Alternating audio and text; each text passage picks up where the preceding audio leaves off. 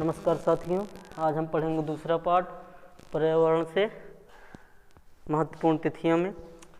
आज हम पढ़ेंगे पर्यावरण महत्वपूर्ण तिथियों का पार्ट 2। देखते हैं पार्ट दो में हम शुरू करेंगे 1986 में। तो 1986 में हमारा आया था भारतीय पर्यावरण संरक्षण अधिनियम। भारतीय पर्यावरण संरक्षण अधिनियम इसे कहते हैं छाता विधान अधिनियम भी कहते हैं। भारतीय पर्यावरण संरक्षण अधिनियम क्यों लाया गया? तो ये लाया गया था 1972 में आयोजित संयुक्त राष्ट्र के प्रथम मानव सम्मेलन के निर्णयों को कार्यान्वित करने के उद्देश्य से। तो भारतीय पर्यावरण संरक्षण अधिनियम लाया गया था क्यों? 1972 में आयोजित संयुक्त राष्ट्र के प्रथम मानव सम्मेलन के निर्णयों को कार्यान्वित करने के उद्देश्य से। और इसी के क्या कहते हैं, भारतीय पर्यावरण संरक्षण के तहत जेनेटिक इंजीनियरिंग अनुमोदन समिति का गठन किया गया। तो जेनेटिक इंजीनियरिंग अनुमोदन समिति का गठन इसी भारतीय पर्यावरण संरक्षण अधिनियम के तहत किया गया, लेकिन बाद में इसका नाम अनुमोदन की जगह आकलन कर दिया गया है। वर्तमान में इसे अनुमोदन की जगह आकलन कर दिया गया है। अब सेकंड देखते हैं 1988 में। तो 1988 में हमारा क्या आई थी? संशोधित वन नीति। तो क्या आई थी 1988 में? संशोधित वन नीति। 1952 में हमारी आई थी प्रथम वन नीति। क्या आई थी 1952 में? प्रथम वन नीति। तो इसी प्रथम वन नीति को 1988 में संशोधित किया गया। तब 1988 में हमारा आया था संशोधित वन नीति।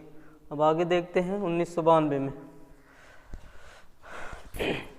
1992 में हुआ था हमारा प्रथम पृथ्वी शिखर सम्मेलन। तो प्रथम पृथ्वी शिखर सम्मेलन कब हुआ था? 1992 में। तो 1992 प्रथम पृथ्वी शिखर सम्मेलन को ही क्या कहते हैं? रियो सम्मेलन कहते हैं, जो कि ब्राज़ील में रियो नामक स्थान पे हुआ था।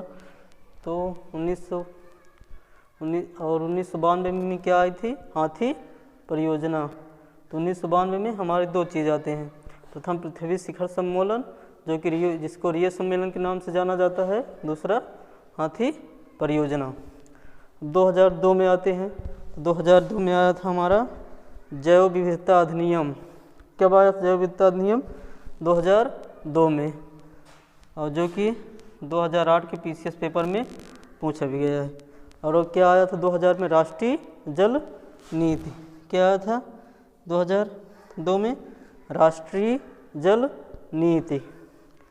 अब आगे देखते हैं 2003 में।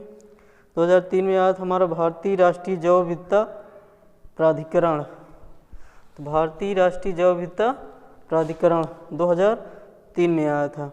ये क्यों लाया गया था? जैव विविधता अधिनियम के उद्देश्यों को पूरा करने के लिए।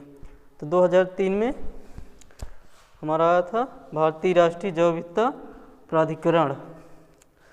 अब आगे देखते हैं 2010 में।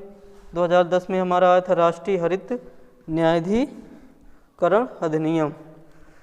तो राष्ट्रीय हरित न्यायाधिकरण अधिनियम कब आया था? 2010 में।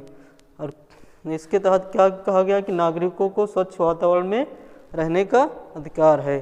तो राष्ट्रीय हरित न्यायाधिकरण अधिनियम के तहत बताया गया कि नागरिकों को स्वच्छ वातावरण में रहने का अधिकार है, जो कि 1921 के तहत है। ओके, धन्यवाद।